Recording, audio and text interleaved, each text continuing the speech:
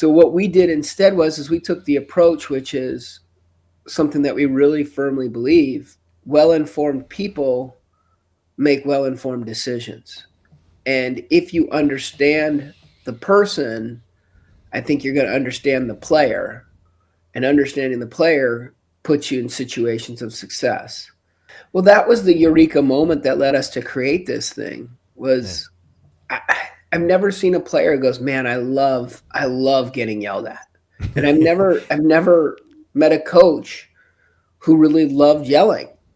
Yeah. But as you know, it's one of the last workplaces where that seems to be an acceptable form of interaction and communication. Want to learn how the world's best athletes make split second decisions under pressure and unlock their full potential? Today's guest, Dr. Scott Goldman, has spent over 25 years doing exactly that, working with NBA champions, Olympic gold medalists, world record holders, and top athletes across every major league.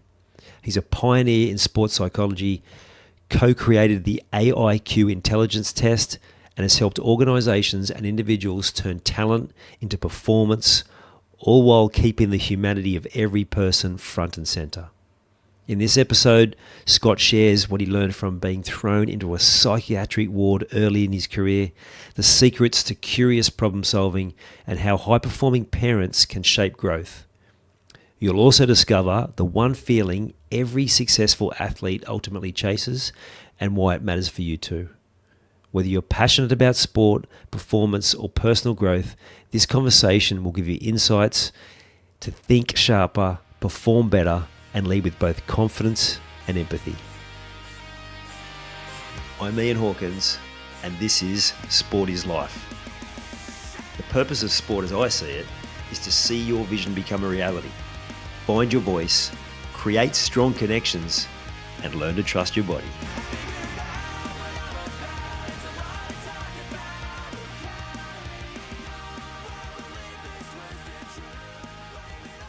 Okay, Scott, how are you going? Good. How are you? Really good, thanks. I really appreciate you've got yourself up early in the morning to come on here. I appreciate it.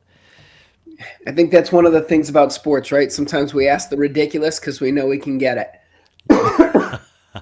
Yes, right. You never know unless you ask. And I guess if you're a sports fan, I'm sure that's not the first time you've got up in the middle of the night for sport. So again, I appreciate it. Yeah, my pleasure. I'm looking forward to the conversation. Yeah, me too. I feel like I'm with sort of royalty in the space that I work with, such as your resume. But can we go right back? Like, you've got into sports psychology, but have you always been a sports fan, like a sports nut, like you've just loved it? Um, that's a good question. I mean, I think like a lot of people, I was that kid who, put the book bag down and ran out and played till mom said it was time for dinner. And Yeah, yeah, so I think, you know, I don't know if I would say I was like a sports nut or a sports fan, but what I would say is that it was really woven into my fabric or my essence. Most of my friends that I even still keep in touch with from childhood all came from sport, that kind of thing. yeah, yeah. That's good. By the way, in Australia, a sports nut is a term of endearment, so it's not a negative thing. Well, then you know what? I am a sports nut. Love it, love it. Now you're working with a number of NFL teams at the moment, NBA teams. Are you even working with a couple of teams in Australia? We won't go into those details because I know you prefer just to keep things on the hush hush. But tell us a little bit about the work that you're doing. I think the important thing from what your colleague Adam told me is it's all data driven, which I think is what is really driving a lot of these high performance sporting environments at the moment. Yeah. So I have kind of like two paths that I find are what guides my touch points with the different teams I work with. One is me as a sports psychologist, where if you think about psychology as the study of human behavior and human interaction, that flows into everything from optimal performance to mental health and well being to, you know, people often use the term culture. I feel like it's kind of a saturated term. So I tend to think of it more like system dynamics or really interactions. Yep. And culture is really about how the coach and the player might interact with one another, or how teammates interact with one another. So I try to contribute, excuse me, in those touch points. Um, then I would say the second path that guides me is through the AIQ, which is a measure that my partner Jim Bowman and I created. Let's see, now it's been almost 15 years, 25 years, something like that. And that's been a really rewarding experience. And that's where I think you're referencing the data and analytics kind of driven, because AIQ measures something that had never been measured in sports until we brought it into the market. Yeah, and I loved the description that Adam gave me around how you can have completely different measures in AIQ, which aren't like some are higher than others, but you can still get a good result when you know what the score is. And he referenced two guys playing in the NFL who are both superstars, and yet how the coaches approach that are very different. Do you see this as like that's part of the value of it? It's not about trying to separate, saying this person's not any good and this person's going to be a star. It's like, here's how you're going to get the best results out of this particular person. Yeah, I mean, I think the way that I would highlight it is this. I think one of the competitive advantages that we who provide the AIQ to teams have over other vendors or products is my 27 years of experience of being in the building. And being in the building and having two PhDs, one of the things that would happen is when a product would come and present itself to a coach, the coach would then say, Goldman, get in here and tell me if this thing's crap or not, kind of thing. And I'm like, okay. And whenever a product came our way, with one of the teams I was embedded with, I would never say it was crap or not. What I would do is I would try to give like a one-page synopsis. Here's what they claim it can do. Here's what I think actually has merit. Here are some things that might be cautious. But one of the flags that I digested was oftentimes the vendor would try to predict. We can tell you who's going to be an all-star. We can tell you who's going to be a washout, that kind of stuff. And I think, as you and I both know, if you can predict in sports, just go to a casino. I mean, that's what makes sports awesome and so much fun to watch, is we just never know. The number one ranked team in the country can lose to the number 8 team ranked in the country. These things are just not fixed or set. So, sorry, this is kind of a long-winded answer, but it is something that I am proud of, is that we took a different approach with the AIQ, which was, again, if we could predict, we would ask for a lot more money, or we wouldn't even take your money. We would just keep it a secret and invest wisely with some kind of gambling shark or, kind of thing. So what we did instead is we took the approach, which is something that we really firmly believe: well-informed people make well-informed decisions. And if you understand the person, I think you're going to understand the player.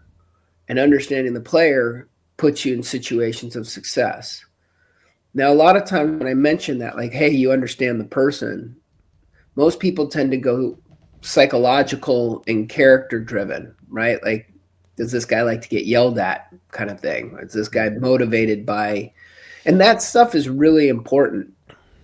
But what we do is actually measure how they process the game. It's really about intelligence. And sometimes people will confuse intelligence with knowledge. Like, knowledge is what you know about the game. Intelligence is how you go about acquiring that information and then what you do with it. So what the AIQ did, and I'm really proud of it, I'm proud of what we built, because I've watched its impact, is it helps people understand, like, when you're trying to break a tackle, I guess given that you're wearing the Parramatta Eels, and I think I'm rocking a USA Rugby jersey right now, like when you're talking about, trying to get a try, and you have to break through the line, like there's decisions that have to be made, and there's angles of pursuit that have to be made, or even if you're trying to defend that and you have to take an angle for tackling. These are all cognitive puzzles. And that's what we were measuring, was how do they go about solving these ever mutating cognitive puzzles. Love it. And then giving them the actual data to go by is going to be the important part, right? And how Yeah, is it does it go into the depth of how, like, because some people solve problems a different way. Does it go into the depth of like the different types of problem solving that they will go to and how that's going to be useful in different circumstances? 100%. And that can help with, coaching tactics. It can help even with positions. So I think what you were referring to with the two wide receivers was one wide receiver, they kept the routes very simple and allowed that wide receiver to really rely on their speed. And the other wide receiver had a much higher profile, and they had him run multiple option routes, pre-snap reads. I mean, really complicated stuff. So if you were to switch those two players, one that has the simple and one that has the complex, you're setting them both up to fail. Yeah, yeah. I'm pretty sure is it a heat map or maybe it was just a of the paths they took, and you could see how much more complex that second player was. Yeah, unbelievable, really. But again, it just shows how important it is to have the information, and you're not banging your head against the wall with a player wondering why they can't get it. If it's all there, as clear as anything. Well, that was the eureka moment that led us to create this thing. Yeah, Was I, I've never seen a player who goes, "Man, I love getting yelled at," and I've never met a coach who really loved yelling. yeah, But as you know, it's one of the last workplaces where that seems to be an acceptable form of interaction and communication. yeah, And so you ask yourself, why? Why is that acceptable? And it's mostly because there's a timestamp pressure. So then I was like, I mean, this was sort of how my head was going when we were germinating on how to create this. I'm like, yeah, okay, is there is there a solution? So if I can wax poetic for a sec, yeah. Do there's a really interesting um, case study where they talked about, I believe it was the hotel company Hilton. So they went through an intellectual exercise where they asked for customer feedback, and one of the pieces of feedback was that elevators are too slow. That was a criticism, was I don't like waiting in the lobby. So they went on an exercise of how to make the elevators faster, and as they were processing how to make the elevators faster, they couldn't.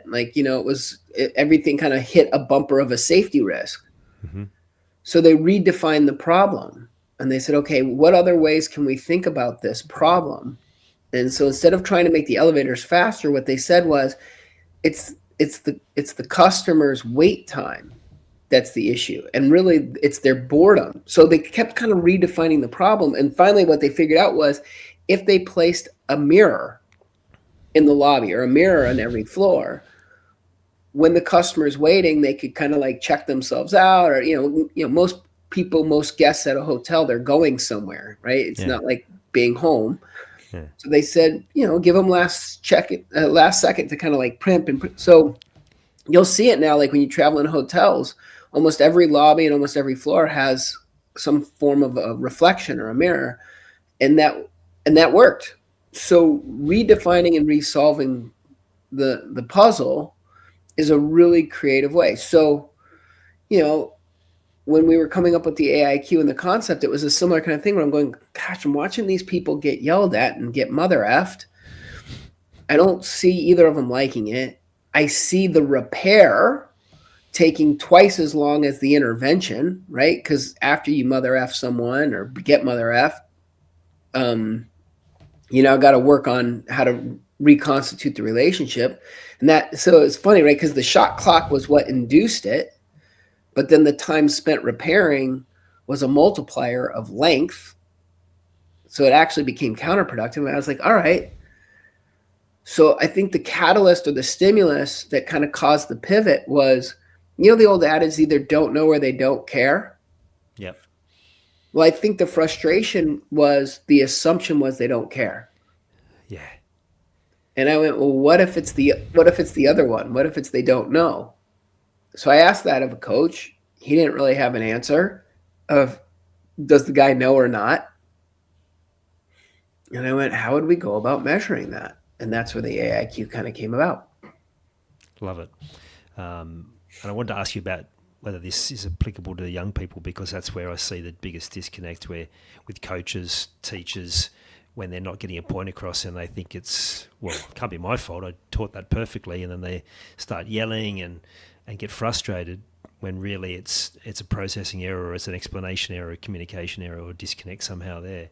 So is this tool something that's going to be, or is already available for young people? And if not, where's sort of the age cutoff? Yeah, no, it's a great question. And so first, I mean, there's kind of multiple levels to your question. Hmm. Um, we don't yell at someone for their height. If we're talking about basketball, for example, the taller you are, the better chance you have of grabbing a rebound. We don't yell at someone like get taller. Yeah. We don't yell at someone for their speed. Like if you're an offensive lineman running a race against a wide receiver, we don't say, hey, you fat F, why don't you get out there? That kind of stuff. Yeah. So, but what's interesting is we will yell at mental errors. So I think one of the nice things about the AIQ is it now gives you an objective piece of data that I think helps you, the coach, be a little bit more compassionate. I'm not yelling at him for being short. I'm not yelling at him for being slow. I'm not also yelling at him for being a more concrete thinker kind of thing. Yeah, it's good. When we designed it, we used the same theory of intelligence that's being used worldwide to identify things like learning disabilities in school. Oh, that's cool. So currently, we can go as young as age 16. Awesome. And we've always kept it at 16 because part of our concern was if we went younger than that, it could lend itself to being maybe misused or misinterpreted. So, there are certain countries around the world that will reclassify someone. So Mm. this becomes kind of an interesting sort of like blessing curse mechanism. Yep. We do not do that in America. We do not reclassify people at the fifth grade. And what I mean reclassify is it's like, oh, you go the architecture route, you go the arts route, you go the language route. And you can make the argument that some of the greatest creative and innovative concepts that have come out of America was maybe when someone who was really meant for a science mathematics route took a different route and used that science mathematic brain in this other forum where, again, kind of like redefining the problem, like, oh, instead of making a faster elevator, we'll create a mirror. Yeah. I think in comedy they call that a callback.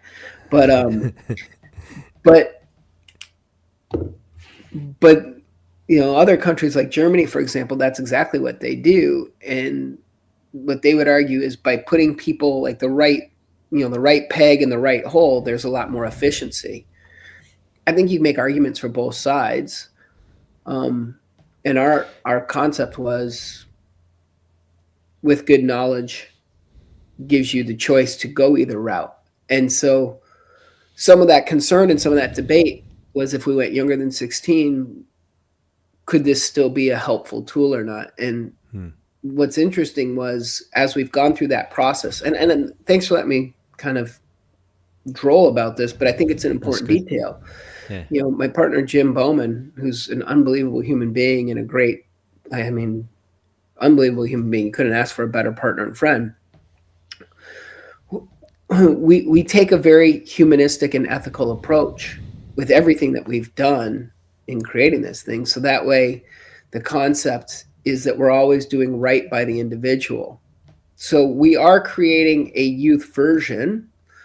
However, what we're really emphasizing, we've always emphasized, even with this 16 and up version, the focus is on goodness of fit and development and everything else, we're hyping and really emphasizing that even more in the youth version that is currently in the process of being created. So that way, it will solely be used for helping.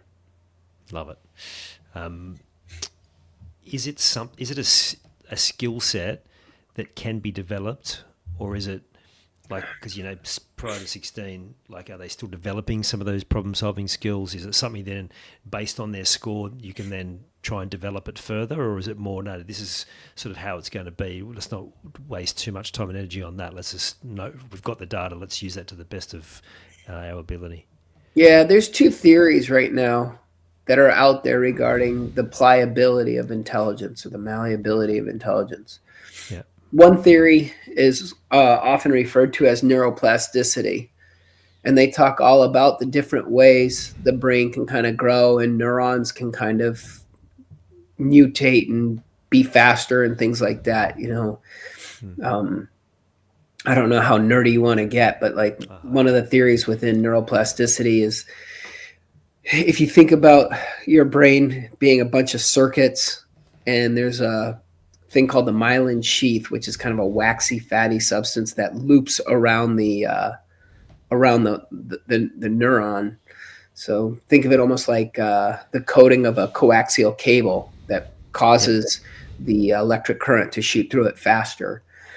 There are certain theories out there that talk about strengthening that, thickening that, and whether that can be done through brain training activities or whether that can be done through like pharmacological means, certain chemicals or vitamins, minerals, things like that. So that's one theory, neuroplasticity. Um, it's interesting because uh, I think there's a lot of excitement about it. There's a lot of there's a lot of want there. But every time, I can remember being second callback of the interview here, me being that gatekeeper, there was a lot of products that would kind of tout the whole neuroplasticity thing, and every time I looked at the literature, I never saw growth or gains. Most of the Okay. neuroplasticity literature that I've come across is more of a mutated version of research that was done really to limit or minimize dementia. Hmm. So if you think about brains as they have their decline, there are certain activities that seem to reduce that rate of um, of impairment. But what you rarely find are research or studies that show when you engage in some of these activities what happens to a healthy brain. So sometimes I'll Okay. use the analogy of like a band aid can be really helpful when you have a cut, Yeah. but if you put a band aid on healthy skin, it really doesn't do anything. Hmm. In fact, what you could make the argument is putting a band aid on healthy skin and keeping it on there too long could actually cause skin damage, right? Yeah. Um, so when I look at the whole neuroplasticity literature, I'm always kind of dialed into like, does the theory, does the intervention do any harm? And if it's okay, it does no harm. Okay, good. That crosses first, and then it's like, does it do any good? So it's a little tricky, right? Because I Hmm. want to believe in this stuff, and I think there's something there. I've not really found anything to really endorse it. So that Hmm. leads us to the second theory, which is intelligence is one of the most genetically stable traits that we have. And if you believe in intelligence as being a genetically stable trait, like think eye color, it's not like all of a sudden my brown eyes are going to turn blue despite the song.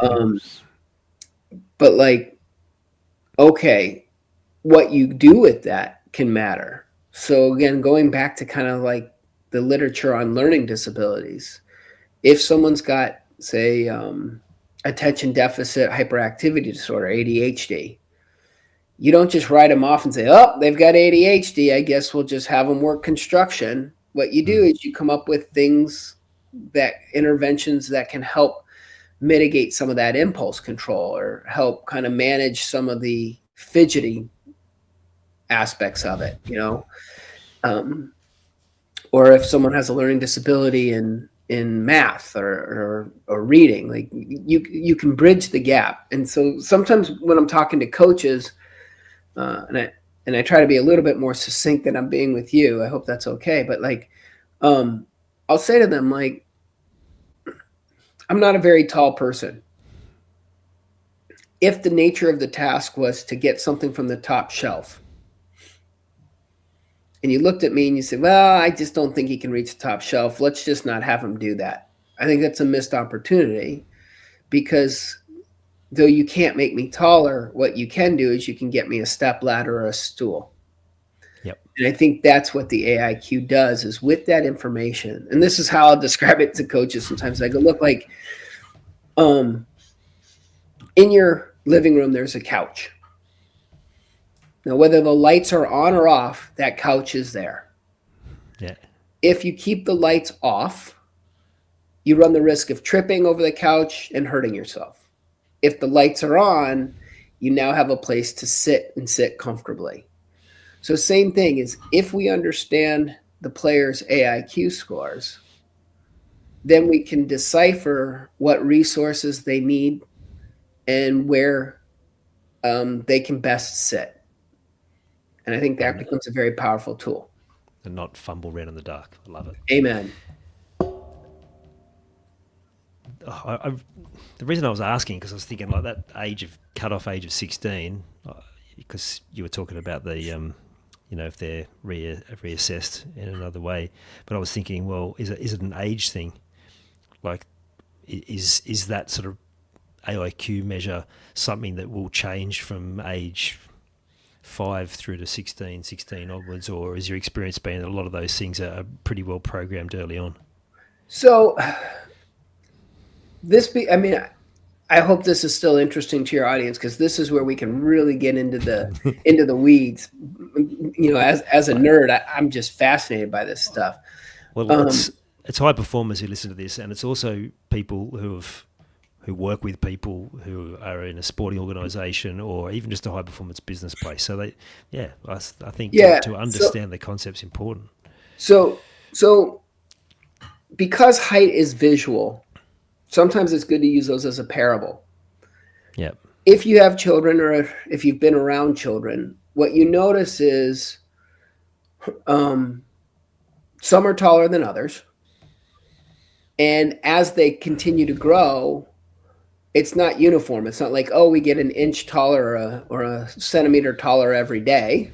And I'll speak from I've got 2 sons, and they're both of that age where, my wife will get a whole bunch of new clothes, and 2 days later, none of them fit. Or, it's one of those things where they come out of bed and the pajamas that fit the night before all of a sudden don't fit, right? Like it's so growth spurts happen.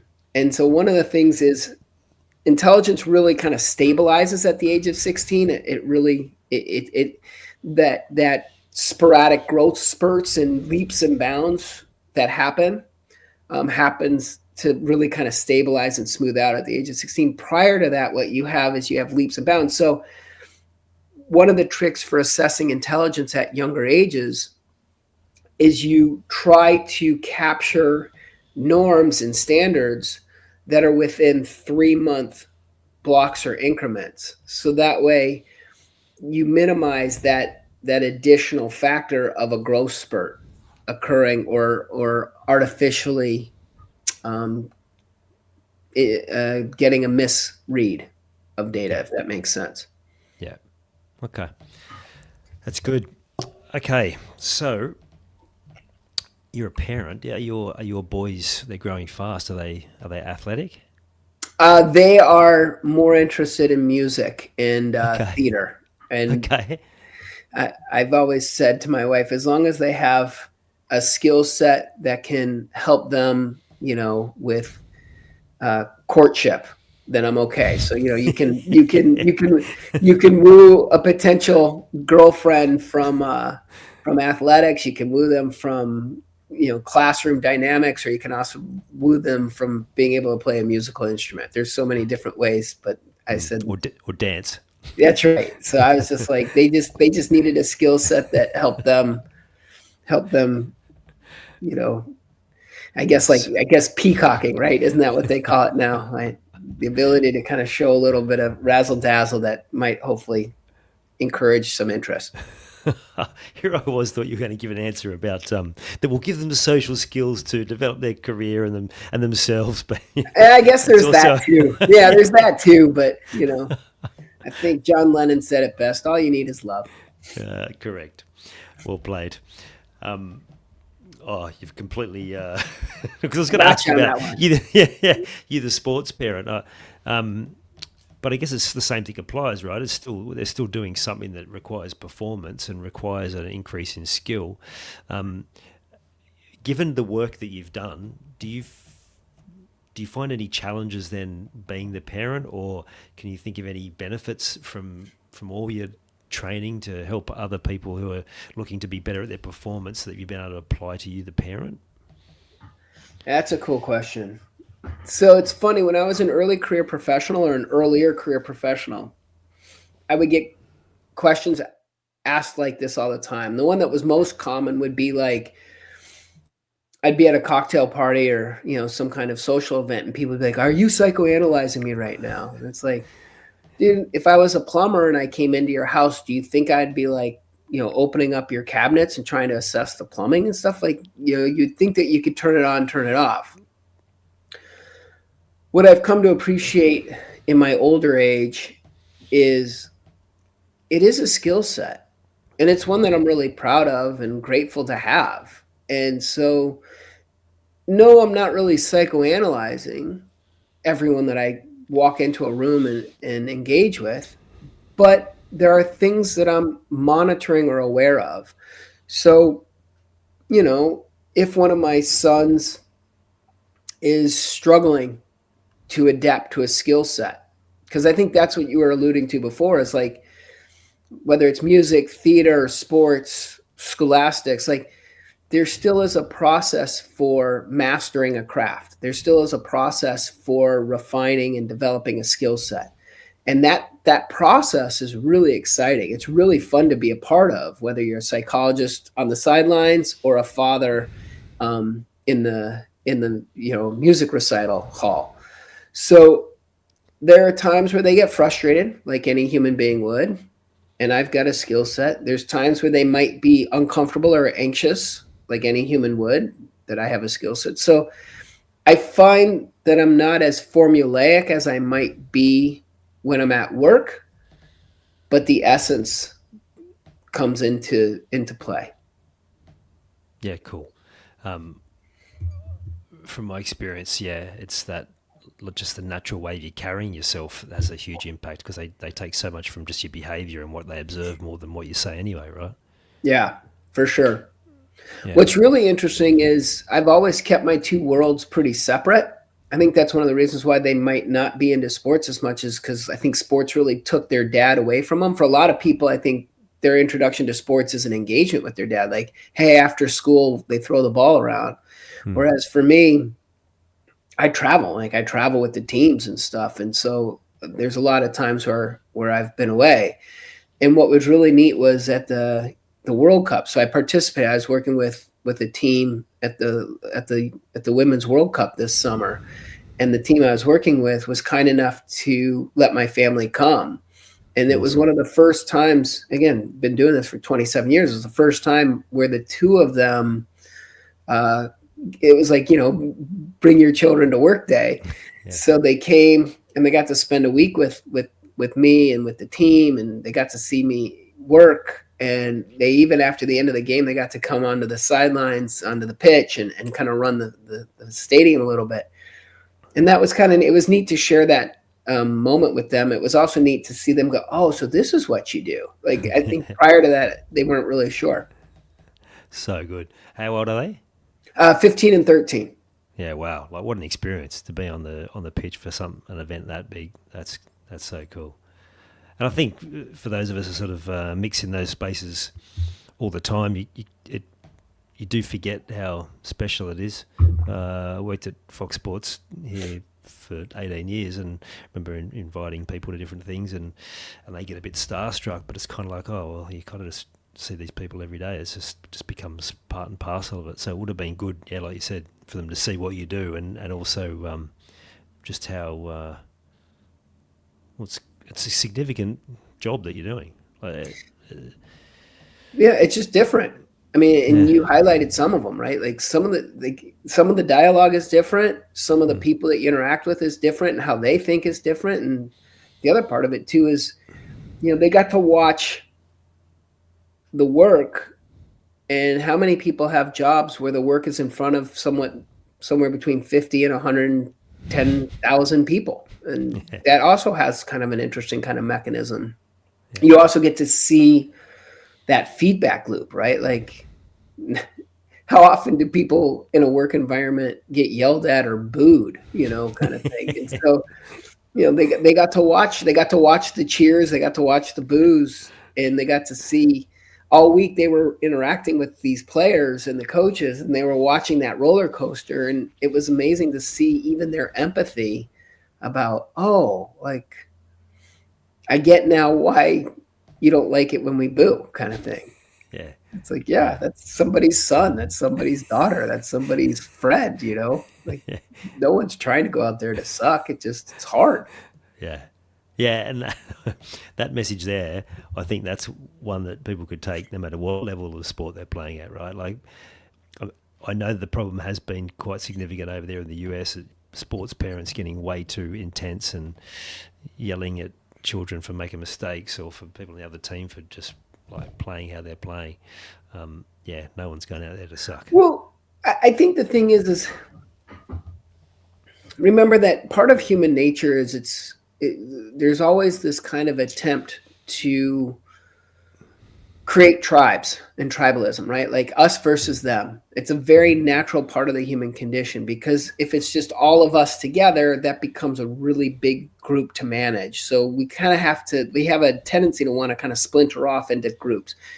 And we can even make it like us on the field versus the parents in the stands that get out of control or whatever. And so I always try to take an inclusive mindset and try to think about, like, even the parents who are really intense, really invested.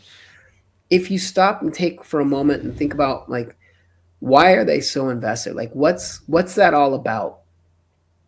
And that can sometimes add to it can add a dash of humanity to it, where it's like, well, they just want the best for their kid, or, oh, they had a moment where they failed during their own quest and they're trying to right the wrongs of their own life, or they're trying to avoid their child from having the bad things that happen to them, kind of like.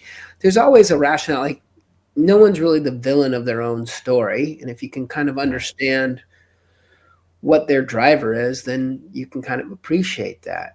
I would Yeah. agree with you that um, things have become, especially in American society, I don't know if it's worldwide, but things have become really intense in sport. That the money and the fame and the fortune and all that, like, it's been pretty powerful. It's been a Yeah. pretty powerful accelerant. Yeah, absolutely. And with that, it becomes a very powerful accelerant for positive change too. Absolutely. You talking there about the parents. I do some work with young athletes, and I often encourage the parents to do some work with me as well to get them on the same page. And it's usually that. It's like, take the example of maybe some behavior that they don't like, and then but use that to their advantage and go, okay, well, yeah, here's what's driving that. Here's how we can get a better result, if that's what your intention is, by maybe just doing some things to work a little bit better for your child. Um, at, I'm super curious to find out more about your tool, and I've had that conversation with your mate Adam in here in Australia, because I think any more information you can have for anyone associated with an athlete is going to make it more beneficial to the athlete, but also just for the whole interaction of everyone, which is ultimately such a key part of their performance, right? Is the team around them, whether that be family, whether that be coaches or support staff or whatever it is. Yeah, I mean, like, look, the real secret to parenting, I mean, not to oversimplify because I think it's really complicated, but the real secret to parenting is what most parents will describe that moment where they're teaching their child to ride a bike, right? And Yeah. the idea is knowing when to let go of the bicycle seat. Because most parents, when they teach children to ride a bike, they're kind of running alongside with holding the bike panel, the bike seat. Yeah. If you let go too soon, they fall and they scrape their knee and it hurts. And then you've got to process how to get them back on the bike. If you hold on too long, they don't learn the independence or the ability to balance. So I think the secret to parenting is just knowing when to let go of the bicycle seat, which sounds simple, but is really hard. Hmm. And I think when you look at the infusion of sport into the parent child relationship, it's a similar kind of mechanism of knowing when to get involved, when to let them struggle, when to let them struggle through something. It, again, it's just when to let go of the bicycle seat. Mm-hmm. The thing that comes up for me a fair bit is control. It's like helping them to see that, well, they've already worked out that you can't control them. So the sooner you can actually understand that and let go of the bike seat and give them some parameters around that, the better, right? Yeah, I mean, I think the other part too is if you look at the operant conditioning literature, which I'm a huge fan of. So again, under behavioral theory, there's classical conditioning and operant conditioning. Operant conditioning is when a behavior is elicited and then there is some type of reinforcement to that randomized behavior that either increases the likelihood of the behavior happening or decreases the likelihood of the behavior happening. So in the world of sports, and depending on how young the child is, the athlete is, they do something. They make contact with the ball. Like if it's cricket or baseball, for example, they make contact and then they look. And if the parent is like, "Way to go, Johnny," Yeah. then they're going to want to make more contact with that ball. Yeah. You know, Yeah. and if the parent looks totally disinterested, they'll go, "I don't get it."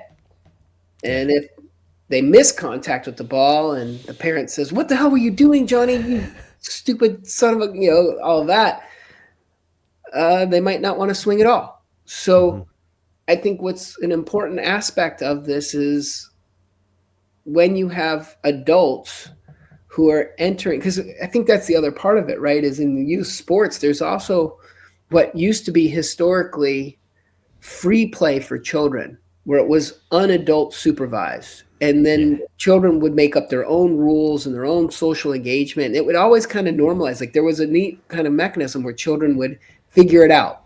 Yeah.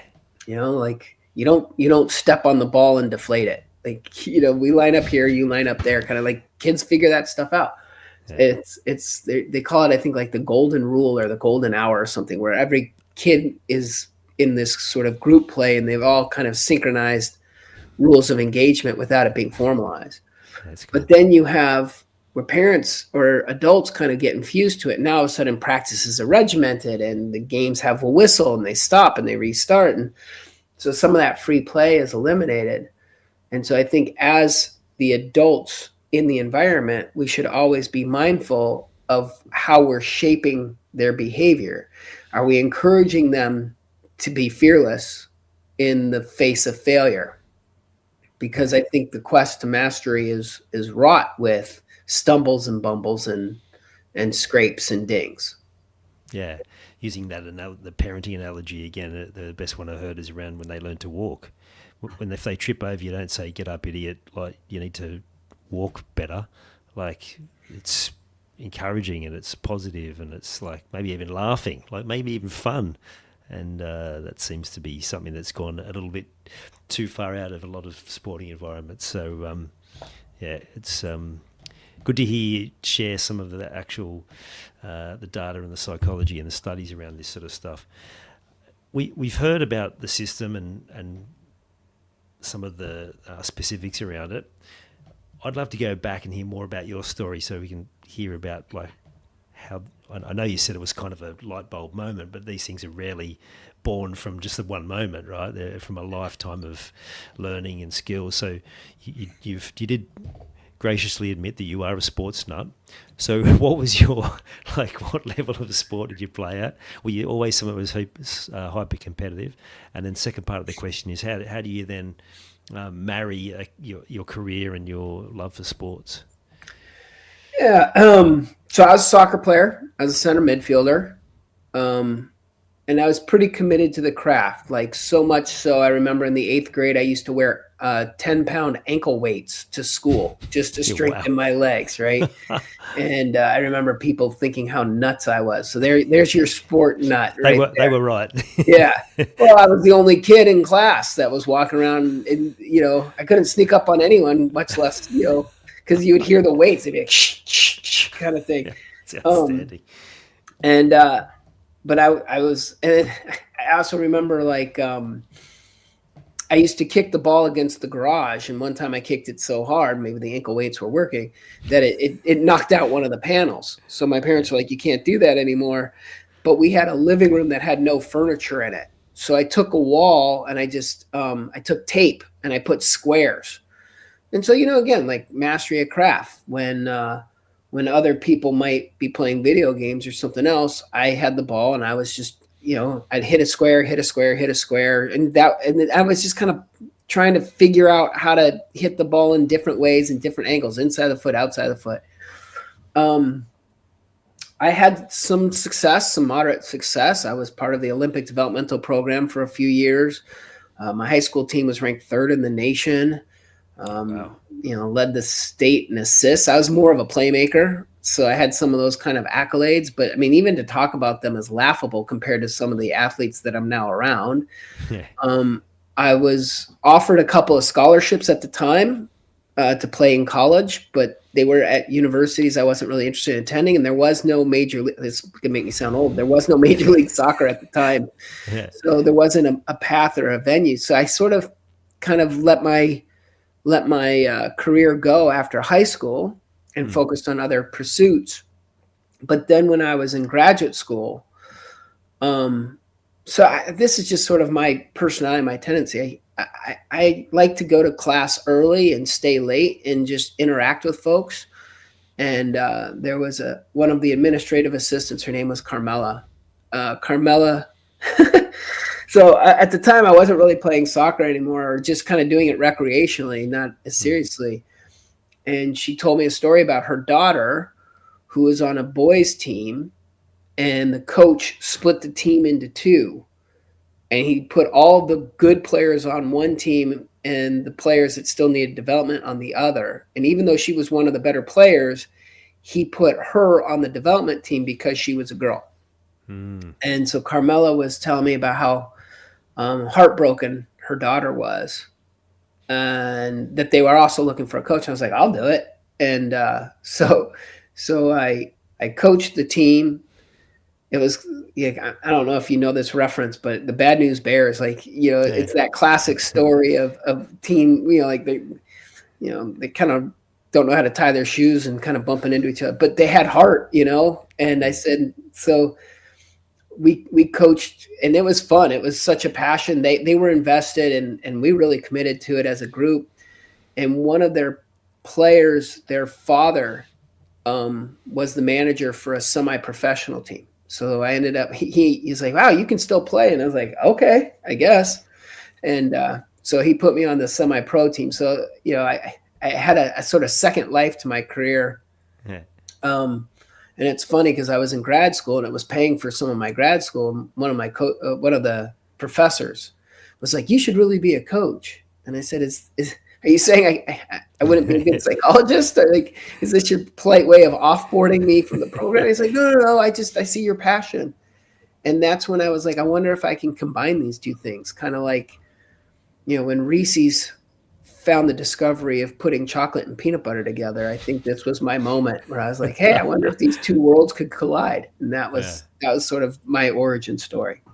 I love it. And I know for myself, and I know many others, when they're thinking about career, they go, well, maybe I could do something in sport. There's actually a pretty cool bit in when George Costanza's looking for a job in Seinfeld, and he goes, "Oh, sport, I like sport." But I think it's to have that element of investment in it already is so helpful to do what you do. Like I did a teaching degree, but I ended up working in sports television of all places. But maybe when that's your path, then that's just you end up just manifesting that somehow. Yeah, interesting. And I even just listening to your language, like you were that driven. It sounds like you've always been into performance, like just finding ways to improve. Like the age of the ankle weights, like was that because you kind of you could look back there now and go, okay, well, yeah, I was looking at ways that I could really improve performance, or is that something that started even earlier? Yeah, I mean, I think I've always been somewhat of a curious explorer and someone who kind of tinkers. So I think I saw sports more as a puzzle. Like it's funny. I'm not so sure it was a mastery quest. I mean, maybe it was more of like a puzzle solving quest where it was just sort of like going back to the squares and everything. It was really about if I mean, sorry, and thanks for letting me kind of just think about my own childhood for a sec. Like it's kind of fun to romanticize, but like my favorite play in soccer wasn't scoring a goal. My favorite play was where I would kick the ball and put a backspin on it. So it would loft over the defense. And when it bounced, the goalie would think that it was going to bounce to him. But because of the backspin, it would pop up. So the goalie would actually come out. And then because it popped up, the goalie would be pulled out of position. And the forward who I was passing to could then receive the ball if I did it right and have really the goalie out of position that would make for a relatively easy goal. That was like my favorite thing. Like I was, because it was really hard to do. I mean, it's kind of like, I mean, it's like bending a ball around the team, and so, but it's bending it backwards. So, and still getting lost. And so, I think, I just remember spending hours and hours and hours trying to figure that out. And so it wasn't really about I want to do this because I want to be the best player I can be, or I want to dominate everyone. It was just more like, how do the mechanics of that work? And Yeah. no one was teaching me. Like neither of my parents played soccer or anything, so it wasn't like they were like, "Oh, hey, just tilt your ankle this way." So, um, I mean, I think to answer your question, what it is for me is I think I'm a naturally inquisitive person. I'm a naturally curious person, and sports is a really hard puzzle to solve. In fact, I don't think if the second you would solve it, I think it'd be the death of sport.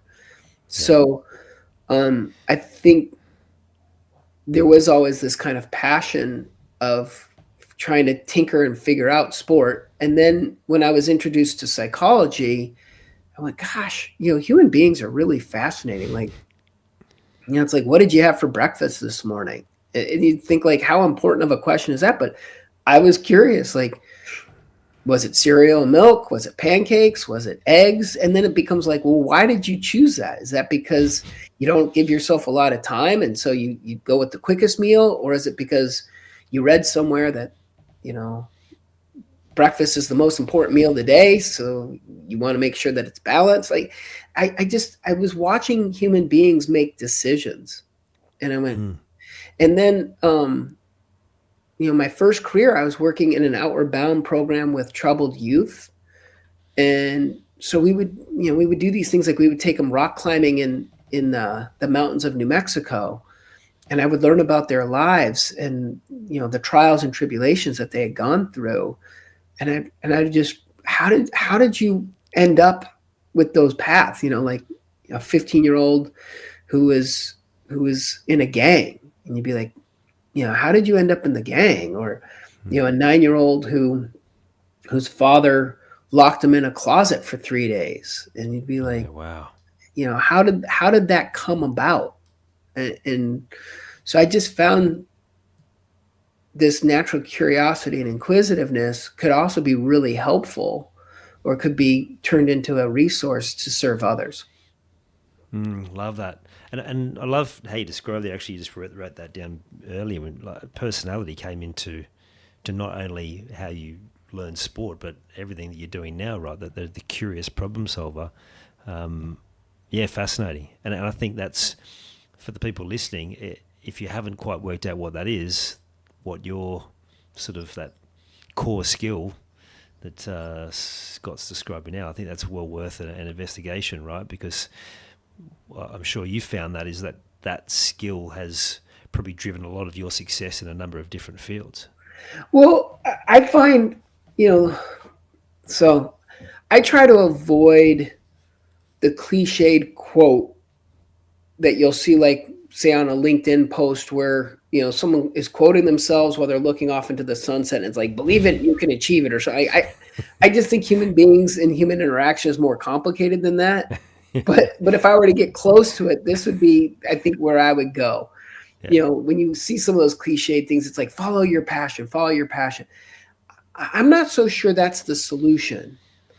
However, it's part of the formula. So, what I do think is when you have a sense of passion or purpose, and I differentiate those two. So, passion is more of a selfish thing. Like, passion is what I'm passionate about. It's like what gets me out of bed. It's what scratches my itch. It's what I love. That's passion. Yeah. Purpose is something that's kind of greater than yourself, like serving a community. Now, your passion and purpose can be about the same thing, but they are ultimately different drivers. So I do believe that that's part of the formula is understanding what your passion is, understanding what your purpose is. And then the third variable is also understanding what your competency is. Yeah. So I think if you can find a path that you're passionate, you're purposeful, and you're competent in, I think you're going to find yourself having a successful route. Love And it. what I would say is part of the competency, because it's almost like the passion, the purpose can add as a double part of the formula. Because in order to be competent in a subject matter, you have to have a sustained attention or investment in it for an extended period of time. And I think passion and purpose extend that time on task. Yeah, love it. And I think what you described there with you being that problem solver as a young athlete, many parents might have been listening to that part going, well, how do I get my child to actually to want to do those things?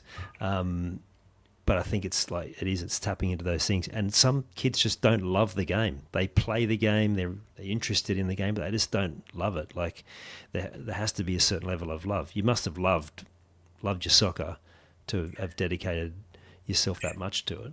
So I think the thing was is that I think my first onboarding experience I didn't. Yeah, right. And I think that is for a lot of kids. Like you go through the turbulence because most of them they want to start off being good and the reinforcements of being good.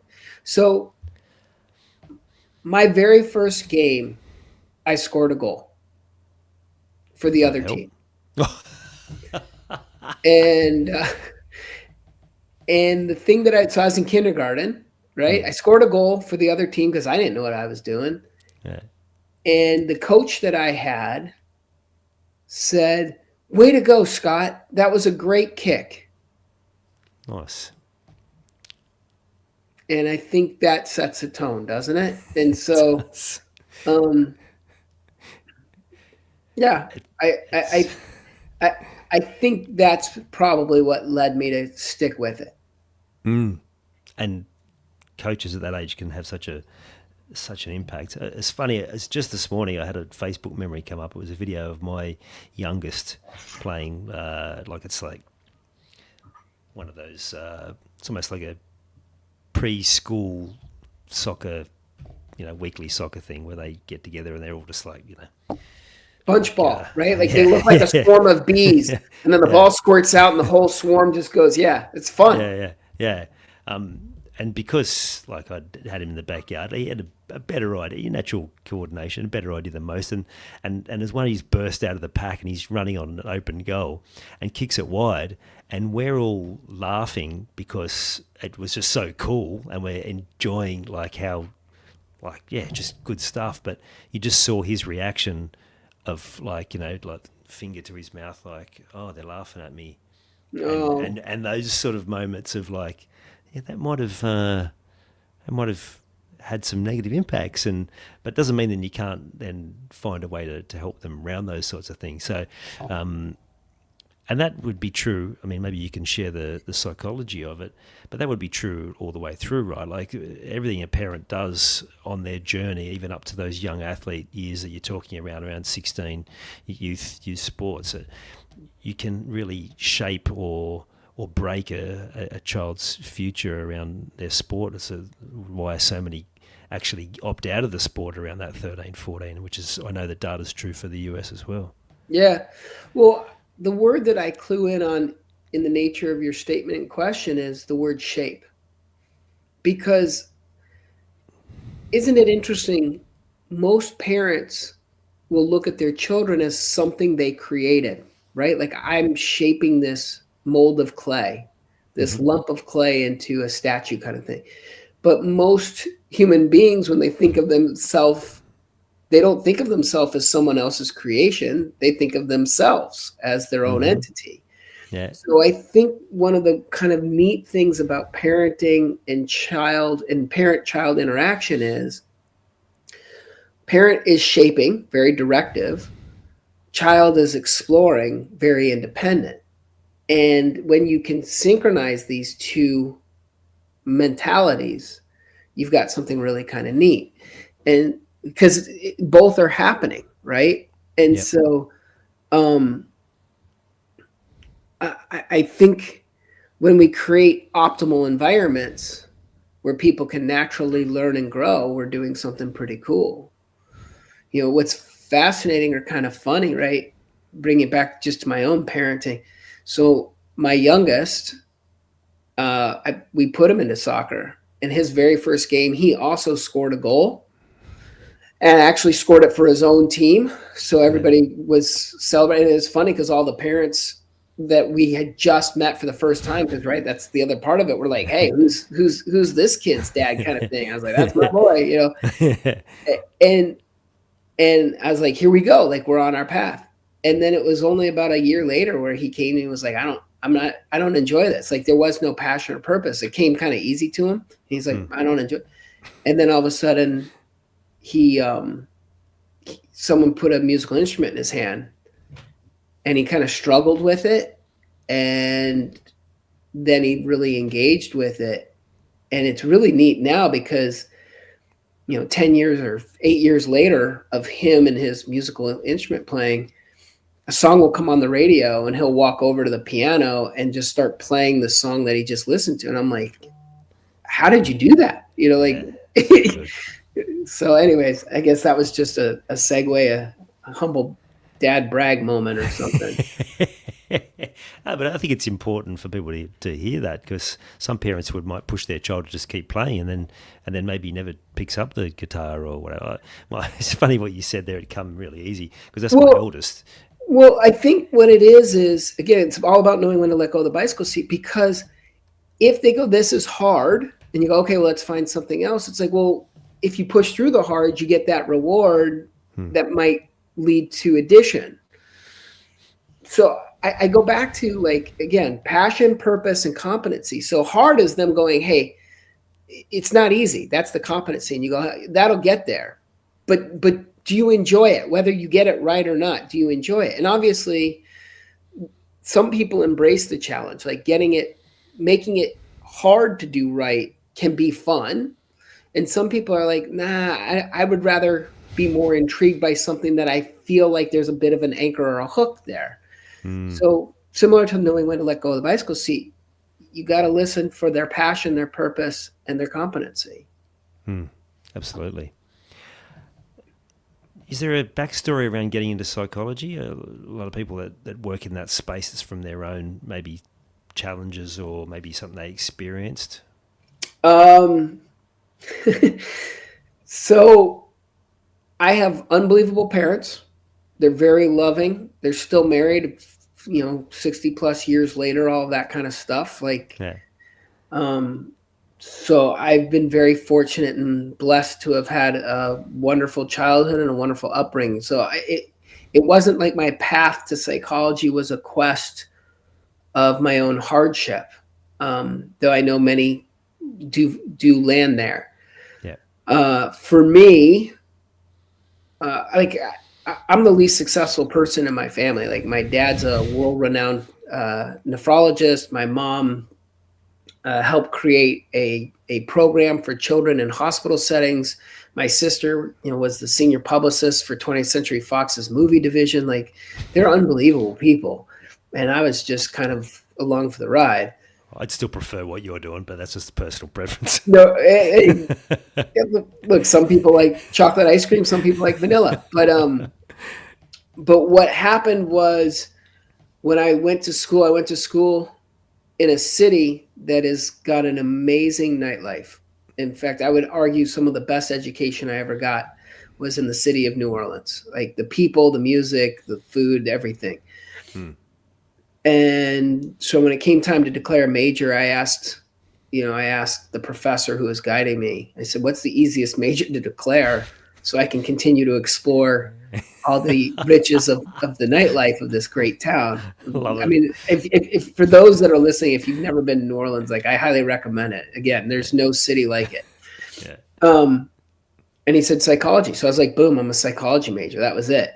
Hmm. And my parents, being wise, kind of called me on that BS. They're like, all right, if you're a psych major, we're going to help you get a job. So they pulled some strings and gave me an employment opportunity that I probably shouldn't have been in at a psychiatric hospital. Oh, wow. And so now all of a sudden I'm working in a psychiatric hospital.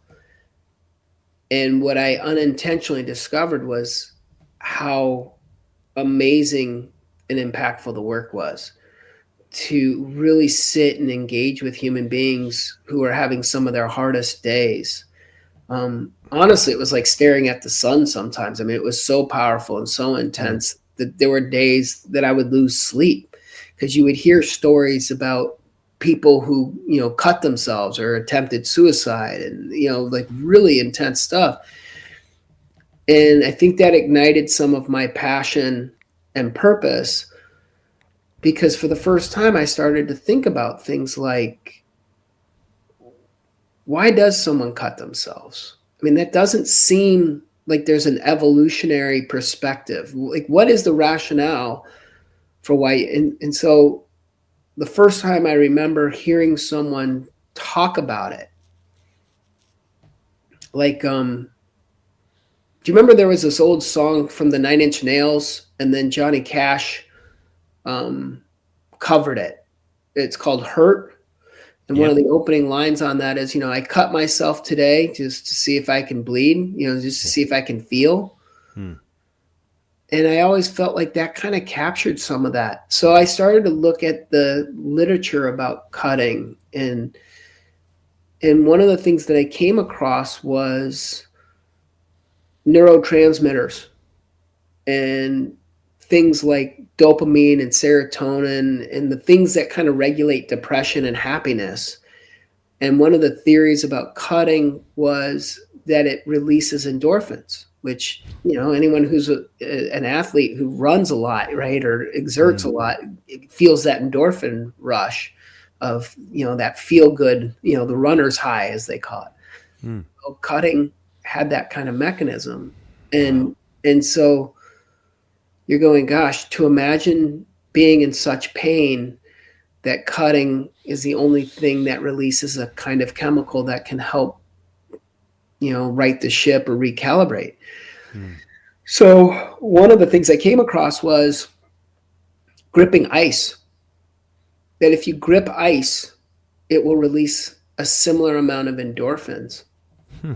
So, there I was, 19 years old, kind of observing this cutting behavior and going, I wonder what is this is all about. Again, being curious and exploring, and then Hmm. said, what about ice? So that was one of the things that I brought to the hospital setting was, hey, if you're going to cut yourself because of how bad you're feeling, I didn't want to take away their mechanism, right? Because that was Hmm. something that worked for them. It wasn't a very healthy solution, but it worked for them, right? Like Hmm. it was providing them. Imagine being hungry and the only food that you had available was a food that everybody else was telling you was bad, but Hmm. it's the only food available and you're hungry, right? So Hmm.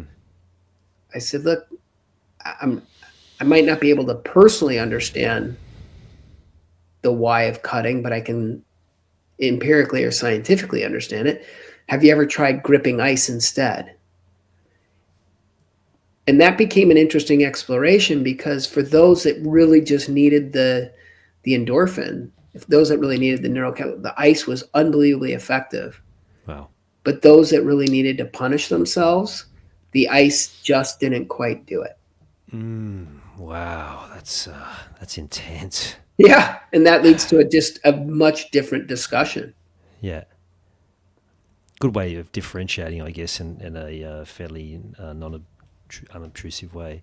Um, yeah, again, that's you, the problem solver, and the curious, you're looking for answers. Love it. Um,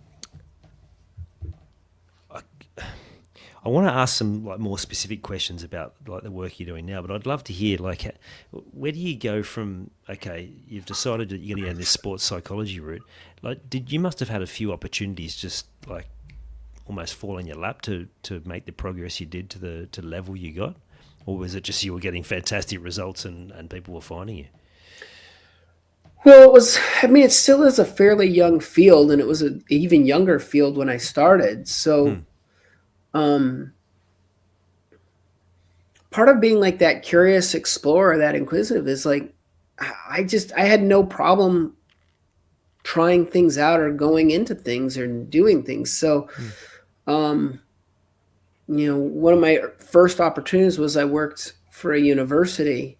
There was, at the time, there was, I think, 6 embedded psychologists in an athletic department. And, the University of Arizona, that was my first, real sports psych experience. Hmm. Um, what they discovered was they had a football player who had some suicidal ideation the day before a game, and they called the campus counseling center, because a student athlete is still a student. Hmm. And the counseling center said, it's 5 o'clock, our hours are shut down, you can't bring them here for an evaluation, you need to go take them to the emergency room. And the way the athletic trainer told me the story, who was managing this person's care, was trying to explain to the psychologist on the other end from the counseling center, if I take him to the emergency room, people are going to recognize who he is. And they're like, Hmm. well, that's kind of like not our problem, sort of the way it was described to me. Hmm. And I thought, isn't that an unfortunate reality? So Hmm. I think one of the backbones of psychology is really it's respecting the human and respecting human dignity. Hmm. Um, you know, Sometimes we talk about athletes who get special treatment, all of that. And it's like, well, I think they also have special circumstances too. Hmm. So sometimes my approach when working with individuals is sort of respecting what's the same and what's different. So, for example, like anxiety can be a pretty universal feeling, but what we're anxious about can be very different based off of our experiences. So, the athletic trainer who had this moment where he felt that the athlete wasn't getting good care because they weren't taking into account the unique aspect of him being recognizable, and that minimizes his humanity. Like, imagine waiting in a waiting room in one of your worst days and somebody walking up and recognizing you and asking for an autograph or something, right? Hmm. So his name's Randy Cohen, and Randy Cohen's Infinite Wisdom. He's like, I want to kind of hire this resource. What's really amazing was, um, they brought me out. Like, we found each other, and in the interview, he goes, I don't really believe in this stuff. Wow. He goes, I don't really believe. He goes, I don't really believe in this mumbo jumbo stuff. And he was talking more about like the performance psych stuff, or the working with the team kind of stuff. He goes, I just need to make sure that, like, if a player is in dire need, that I have a resource that's available and understands the unique aspects of the demand. Did you And what's convert him? amazing was, I took the job, Hmm. and everybody was like, why would you take a job for a guy who says this is mumbo jumbo?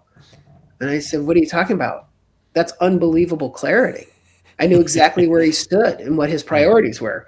And I also knew that our core values were aligned, which was really about respecting the dignity of human beings and helping provide the best possible care we can for whatever space they were in. What's amazing was within, I want to say 6-9 months, he became one of the strongest advocates for sports psych. And then all of a sudden he and I and our team docs and our athletic director, like we started to build a program that was something that we could all be really proud of. And that's what led to the NCAA reaching out. And then that became something where they started to ask me to contribute to things that are more. So, I helped co-author the best practice and guidelines for the NCAA, and before you knew it. So, I think I was very fortunate to be surrounded in an optimal environment for growth and building of a program with unbelievable people, and then everything took off from there. So good. The sort of thing that came to mind for me is like, it's also a low pressure environment where there's no expectations around what you're going to get out of performance. You just got to be there to make sure they're okay. Well, okay, cool. Well, yeah, low base, it gives you plenty of upside. Well, I guess that's another way to think of it. I never really thought of it that way. That's funny. when you had said clarity, I'm like, oh yeah, that sounds amazing. Yeah. I remember flying away from that interview, and I was like, I think I'm going to take this job. And I went and I told some people, and they're like, why would you do that? And I was like, I don't know. It just, I know exactly what this guy believes in. It was great. Yeah, very cool. And I think anyone who's been through any tough times would really relate to what you said there about the humanity of it. And I think that's still true for just people from everyday life. And they would get that for sure. It's bizarre that the people operating that centre didn't get it though. Yeah, the interesting thing for me is, so I started off really working with people in unbelievably severe situations, like horrible, heartbreaking situations. And now I'm in this space where I'm working with people who are really on the quest for greatness. What's been amazing to me is you would think that these are on the far extremes of human functioning, but they really almost kind of warp into like a donut, where I find like the quest for greatness, like when you are an N of one, like when you're one of the best athletes at your sport in the world, a lot of the mentality and the obsessiveness and the hardship and the sacrifice, it is very similar to some of like what we were describing from a mental health and well-being standpoint. And I'll give you a concrete example. Like, we were talking earlier about cutting, right? And when you ask people who are cutting, like, why do you do it? Number one answer they'll tell you is relief. Like, I was so overwhelmed by my emotionality that I just needed a release. And when I did it, I felt relief. And then, I've been fortunate to be around Super Bowl winners and, NBA champions and world champions and Olympic gold medalists and stuff like. And, when I've worked with them and I've asked them, like, what was the first thing you felt? Or if I was fortunate enough to be in the moment with them, I'm like, hey, man, how do you feel? And the number one answer that I get is relief. So it's like, gosh, isn't it amazing? Because you would think that these two are complete opposites, but they really kind of come together in a really unique way.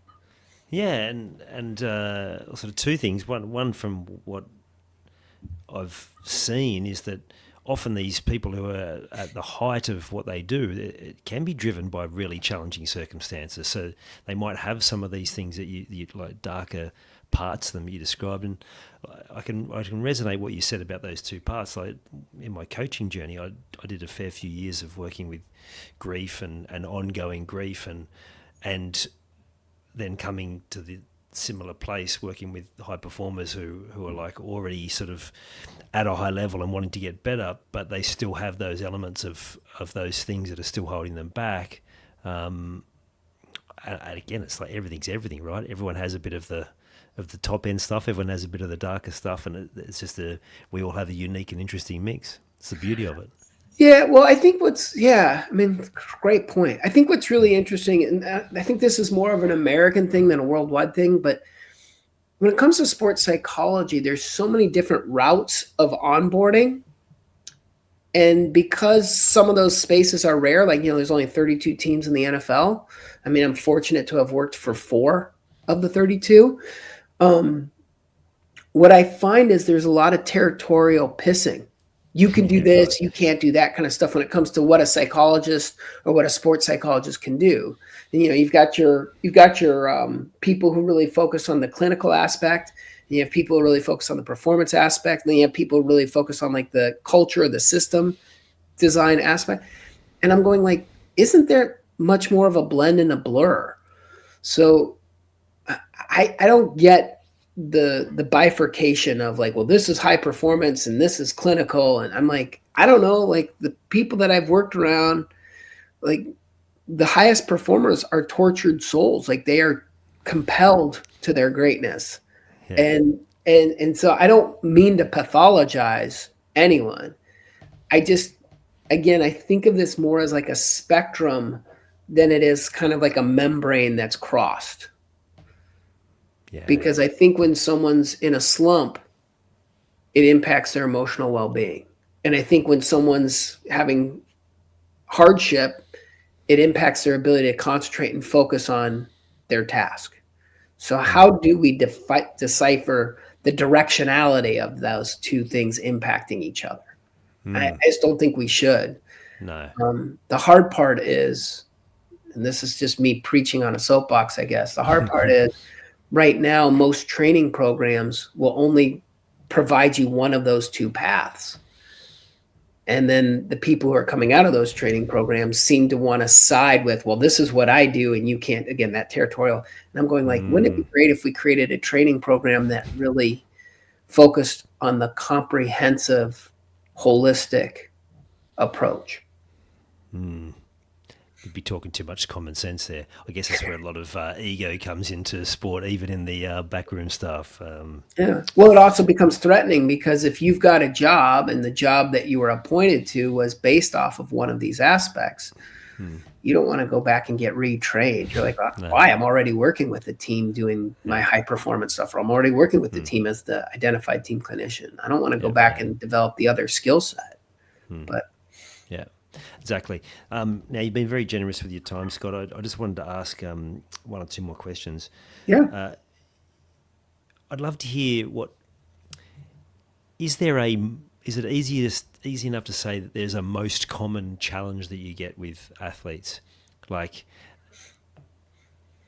I don't know, like there's something going in their personal life, or it's something specific around a belief system, or like, do you find those patterns where like, you can almost like pull them into a core sort of group of patterns, or is it really diverse and really unique? Well, okay, first of all, that's a sophisticated question, right? I mean, it's almost philosophical in a way. What I would say is this: because I chose to make myself a comprehensive provider, what I try to do is I try to create an environment for either a coach, a player, or a team to be placed in the environment and then explore and come to their own growth points. There's a famous psychiatrist, Joseph Yalom, who says people naturally want to grow, and our job as clinicians is to remove the obstacles. However, some don't have obstacles, unless you want to say that their obstacle is just wanting to be the best version of themselves, kind of thing. And so, what I try to do is I try to create an environment. I try to ask meaningful and pointed questions that help stimulate that kind of growth and understanding of self and purpose. And so I'm not so sure that there is a universal thread or a treat every nail like you would be if you were a hammer kind of thing. But what I would say is after 27 years of doing this, you do start to pick up on threads. You start to pick up on patterns. You start to hear similar quests or similar stumbles. And then you can kind of tap into some of those historical events that were successful or unsuccessful and try to apply those again. Yeah, Love it. And that's where the years of experience comes in, right? Yeah, I mean, you know, there's an interesting paradox. If you look at the literature, some of the highest performing practitioners are early career practitioners because they're new to the skill set and they've just been taught the most up to date technology or resource. And the other high performing are those that have been in the industry for a really long time who have really galvanized their craft. So the two best practitioners, according to literature, are early professionals or late career professionals. It's when you're in the middle stage where you see somewhat of a potential dip because they haven't quite mastered and they also have forgotten some of that tip of the sword kind of stuff. Yeah, interesting. And I don't. I think I'm in that. I think I might be in that middle stage right now. So I'm hoping to try to continue to get better. Plenty of upside then. I'm curious, like, I don't know what it's like in the US, but in Australia, there seems to be an under supply of support to the coaches and the support staff. Like they're doing all the supporting, but it's like, well, who's looking after them? And it's like, well, there's not a great deal of that going on. Do you have your own support team to make sure that you're doing this heavy lifting for everyone else to make sure that you're well looked after as well? Um, so with the AIQ, I've got a great team. I've got a great partner with Jim Bowman, and we've got some unbelievable people like Adam Billing and Jonathan Lubick and Matt Chapman. Like there's Nicole and like we've got some great folks. I mean, when Jim and I created the AIQ, we had an unwritten rule, which was anyone that we bring into this team, like we don't really call ourselves a company because neither of us are business folks. So we don't really know what we're doing, but we kind of have adopted a team model. Yeah. One of our unwritten rules was like, are they really good at what they can do? Can they make us better? And would we want to have a beer with them? Nice. And that was kind of our. And so I think what we're really grateful for is we have assembled some unbelievable people who are also just an absolute joy to be around. In fact, when we go on our yearly retreats, they're just it's in some ways it's almost like a family reunion or like a high school reunion kind of thing. For this psychology side, it would be my family. It's my wife, my kids. I can sometimes push myself maybe a little bit too hard. Like what's the old expression? Those that can't do teach. So, self-care, I probably don't do as good of a job as I might promote.